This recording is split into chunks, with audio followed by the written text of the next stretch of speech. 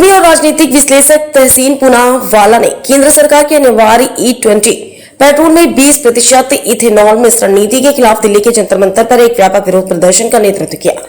Team Bharat के banner तले आयोजित इस प्रदर्शन में बड़ी संख्या में वाहन मालिक शामिल हुए। इसमें वैकल्पिक ईंधन की मांग की गई है। प्रदर्शनकारियों का मुख्य उद्देश्य इथेनॉल का विरोध करना नहीं, बल्कि सरकार से मांग करना है कि वे केवल E20 ईंधन थोपने के बजाय जनता को E0, E5 और E10 बिना या कम इथेनॉल वाला पेट्रोल जैसे ईंधन का विकल्प थे। वाहनों को नुकसान की चिंता व्यक्त की गई। तहसीन पूनावाला ने जोर देकर कहा कि 90% से अधिक गाड़ियां E20 के लिए पूरी तरह अनुकूल नहीं है। इससे माइलेज कम होने, इंजन खराब होने और ईंधन की लागत बढ़ने जैसी गंभीर समस्या आ रही है।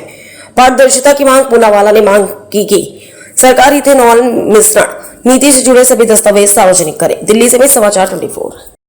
उसके बाई प्रोडक्ट को DDGS, उसका बाई प्रोडक्ट होता है पशुओं का आहार, लाइव स्टॉक फीड। जब भारत और अमेरिका का ट्रेड डील हुआ 6 फरवरी को, व्हाइट हाउस के प्रेस रिलीज में यह कहा गया कि भारत DDGS जो अमेरिका का कॉर्न है उसका बाई प्रोडक्ट इंपोर्ट करेगा। हम सब आश्चर्यचकित हो गए क्योंकि अमेरिकन कॉर्न भारत में बैंड है क्योंकि वो GMO है, जेनेटिकली मॉडिफाइड है। अगले दिन आदरणीय पीयूष गोयल जी ने प्रेस कॉन्फ्रेंस किया। जब पीयूष गोयल जी से आप पत्रकार भाइयों ने सवाल पूछा, बहनों ने सवाल पूछा कि जिस चीज को भारत एक्सपोर्ट कर रहा था DDGS कौन का बाई प्रोडक्ट, अब इसको इंपोर्ट क्यों कर रहे हैं, तो पीयूष गोयल जी ने कहा कि लाइव स्टॉक फीड, पशुओं के आहार का शॉर्टेज है। तब दिनेश ने इस पे रिसर्च की।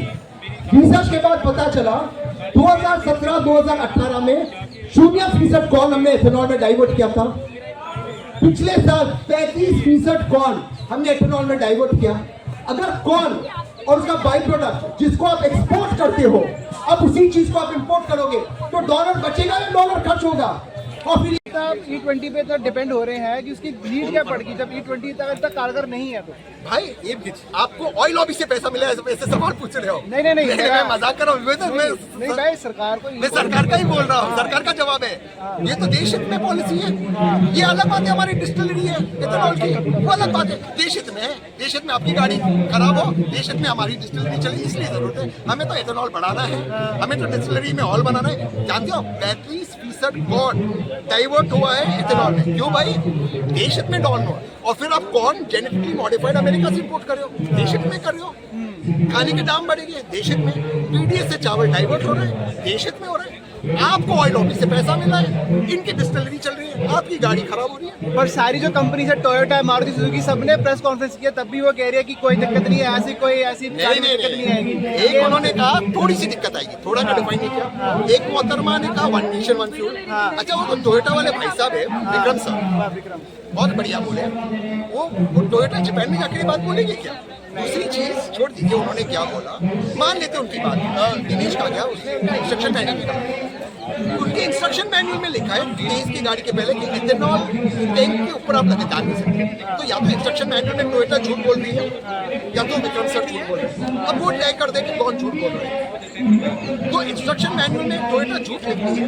टोयोटा अगर ये देखे, टोयोटा को शर्म आनी चाहिए किस तरह की बातें उनके रिप्रेजेंटेटिव्स करते हैं। हरदीप सिंह पुरी ने पहले ये भी बोला था कि अभी जो फिलहाल हम जो मतलब पेट्रोल प्राइसेस जो वॉर हुई है, वॉर के चलते हुए पेट्रोल महंगा हुआ, फिर उसके बाद जो है वॉर खत्म हो गया, पेट्रोल सस्ता हो गया, फिर भी इंडिया में प्राइसेस कम नहीं हो रहे हैं। साथ में इसलिए कम नहीं कर रहे क्योंकि जो पेट्रोलियम कंपनीज है उनको घाटा हुआ है, तो इस चक्कर में वो पब्लिक से वसूलेगी। इसमें क्या कहना है?